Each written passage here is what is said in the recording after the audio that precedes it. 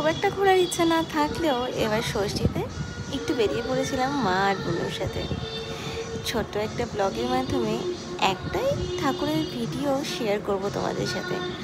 খুব একটা আমার অন্য যেগুলো দেখেছি, মানে কালকে যেগুলো দেখেছি সেগুলোর মধ্যে আমাদের বালুরঘাটে এই একটা পুজো খুব ভালো লেগেছে, সেটাই আজকে তোমাদের সাথে শেয়ার করছি।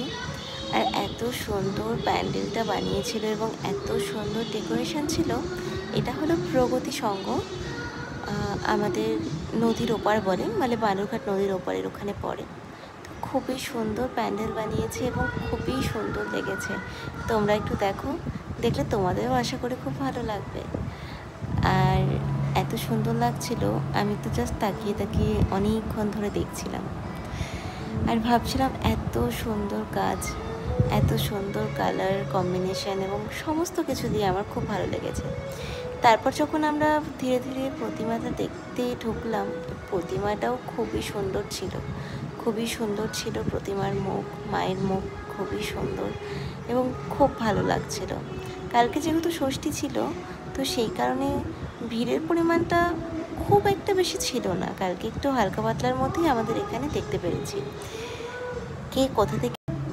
তোমরা কে কোথা থেকে আমার এই ভিডিওটা দেখছো অবশ্যই কিন্তু কমেন্ট করে জানাবে। আর তোমরা ষষ্ঠীতে কোথায় কোথায় ঠাকুর দেখলে সেগুলো কমেন্টে লিখতে ভুলবে না। দেখো ঠাকুরের মুখটা কত সুন্দর লাগছে। যাই হোক, আজকের মতো ভিডিওটা এখানে শেষ করছি। টাটা।